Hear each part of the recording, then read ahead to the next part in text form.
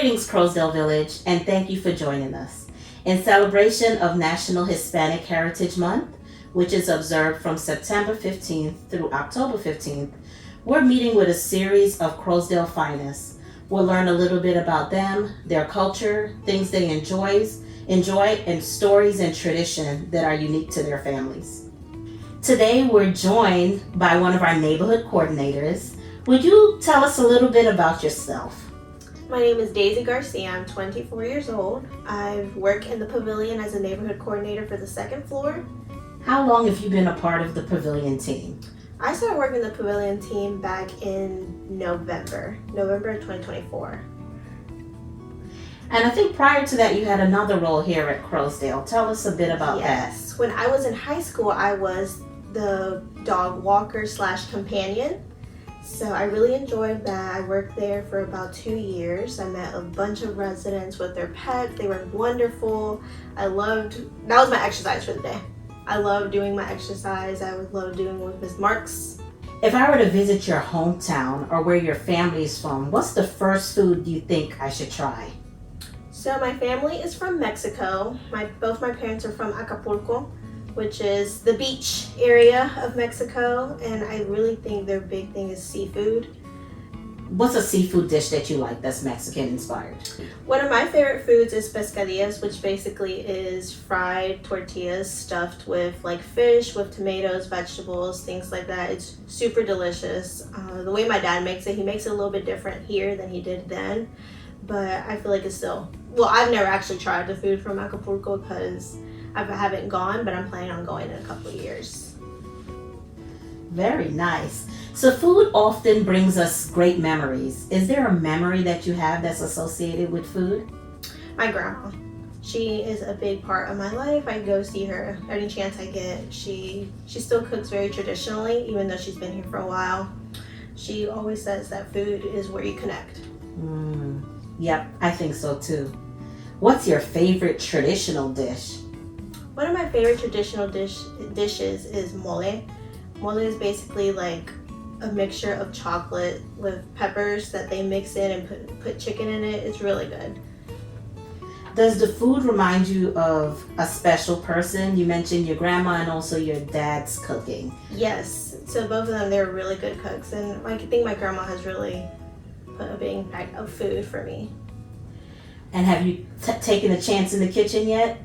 Cooking traditional Mexican dishes, no, because I feel like it's a lot goes into it. A lot. And grandmas are very good critics. She's always like, well, you're not doing this correctly. This is the way you need to do it. But she is a really good teacher, though. Is there a family tradition that you look forward to the most? A family tradition? Yes, we spent a lot of family traditions during the holidays. So Christmas time, I know we usually always go to church first, and then my grandma comes over and we do the traditional Christmas traditions, but we always like to celebrate it with my grandma's tamales, which her tamales are tamales de mole, so which would combine the dish that she makes, the mole, with the tamales. She puts it in the tamales. It's really good. It's one of my favorite dishes, and I always look forward to it. And she only does it during Christmas. Can you tell us a little bit about Mexican culture and Christmas specifically? Christmas specifically, they're very religious based there in Christmas. Yes, they love to celebrate Jesus and everything. Yes, that's one of their biggest things. They do, where my mom is from, Acapulco, they do festivals. They do a little parade in her hometown, a little parade during Christmas, and it's really nice.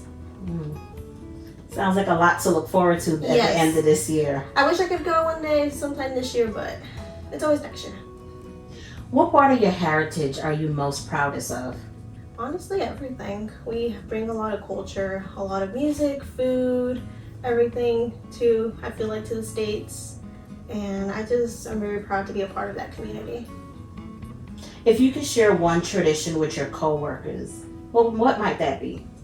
I think I would like to share having like a quinceañera. I think that would be really nice to share with everyone because you can get a taste of the food, the music, the traditional dances that go with it, and I think that's a really good experience to have.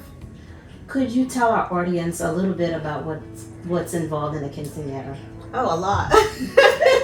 A lot is involved. You have your traditional dances, which is your vals, which is when you enter. It's basically the upcoming of a young woman turning 15. She's turning into an adult. She's going into an adulthood. So you have the traditional food, the traditional party, the traditional music. Sometimes you have like bands that come. Sometimes people do bands, sometimes people do DJs. It just depends. And I think one of my favorite parts that from my 15 was the father-daughter dance. I think that was really sentimental for me because like I'm growing up and it was just really nice. That's beautiful. You mentioned growing up. Tell us a little bit about your academics. My academics, yeah.